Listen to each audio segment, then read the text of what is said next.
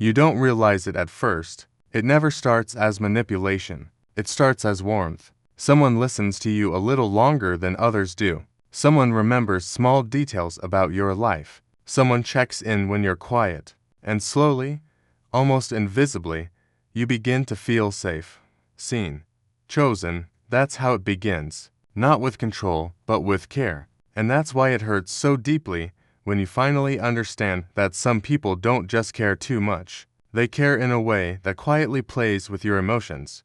You know this feeling, don't you? That heaviness in your chest when someone pulls away right after getting close. The confusion when affection comes in waves, intense one day, distant the next. You keep replaying conversations in your head, wondering what you did wrong. You start shrinking yourself emotionally, becoming softer, more accommodating, more careful, just to keep that connection alive. And the scariest part is, you don't even realize you're changing. You think you're just being understanding, loving, mature, but somewhere along the way, your emotional center shifts away from you and into their hands. Psychologically, this kind of behavior lives in a gray zone. Not everyone who plays with emotions is consciously cruel. Many of them are deeply wounded people who learned early on that attention equals safety. Neuroscience tells us that when we receive care, validation, or emotional closeness, our brain releases dopamine and oxytocin, the same chemicals linked to bonding and pleasure. For some people, that feeling becomes addictive. They don't just enjoy emotional closeness, they need it to feel alive. And when that need isn't balanced with emotional responsibility, it turns into something dangerous.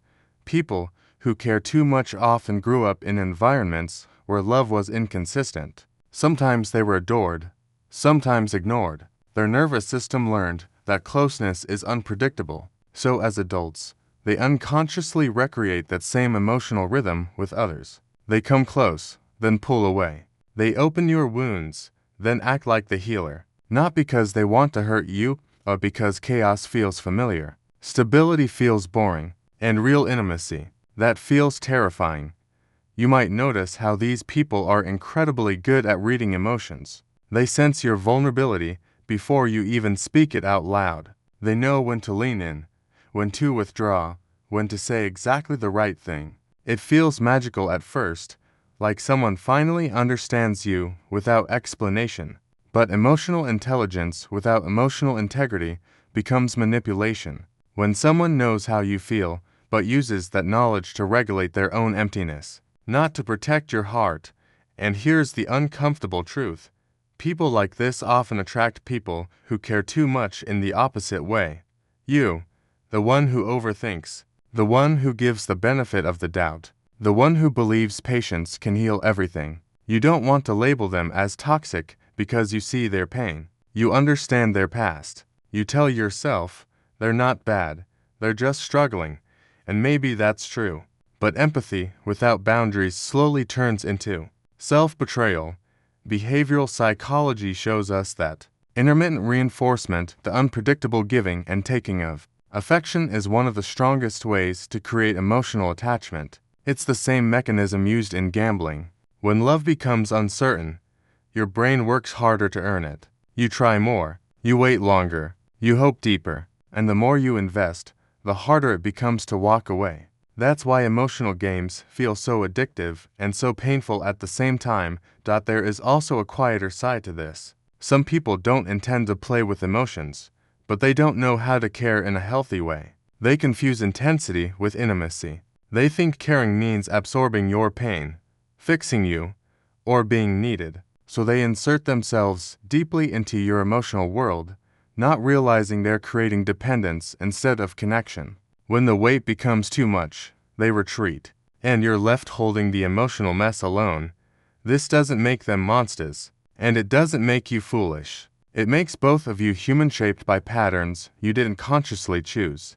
But understanding the psychology doesn't mean accepting the damage. Caring too much is not a virtue when it costs someone else their emotional safety. And being understanding is not strength when it requires you to silence your own needs. Healthy care feels different. It's steady, predictable, calm. It doesn't spike your anxiety or keep you guessing. It doesn't make you question your worth. It doesn't disappear when things get emotionally real. Real care doesn't play games with closeness. It doesn't use silence as punishment or affection as courtesy. It allows you to breathe. If you've been in this kind of dynamic, you might notice how it changes you. You become hyper-aware of tone shifts. You read messages twice. You feel guilty for wanting clarity. You start believing that asking for consistency is asking for too much. That's not love. That's your nervous system living in survival mode. The hardest realization is this: some people don't need your love, they need your emotional energy. And the moment you stop feeding that need, they lose interest or label you as cold, dramatic, or too much. Not because you changed, but because you stopped being easy to emotionally access without accountability. There is a gentle sadness in accepting that not everyone who cares deeply knows how to care well, and there is quiet power in choosing yourself anyway. You can hold compassion for someone's wounds without volunteering to bleed for them. You can understand their psychology without sacrificing your peace. Healing doesn't require you to stay where you are emotionally confused. So, if this story feels familiar, let it sit with you for a moment. Ask yourself honestly, does this connection feel safe? Or does it feel intense? Do you feel nourished? Or constantly uncertain? Are you growing? Or slowly disappearing? Sometimes the most loving thing you can do is step back and stop participating in emotional patterns that keep hurting you, because real care doesn't leave you doubting your worth. Real care doesn't play with your emotions, and the moment you truly understand that is the moment you begin to choose a different kind of love. So here's the question I'll leave you with tonight. Are you holding onto someone because they truly care for you, or because you're hoping they'll finally become who you need them to be? And if this resonated, maybe it's time to start caring for yourself with the same depth you've been giving away.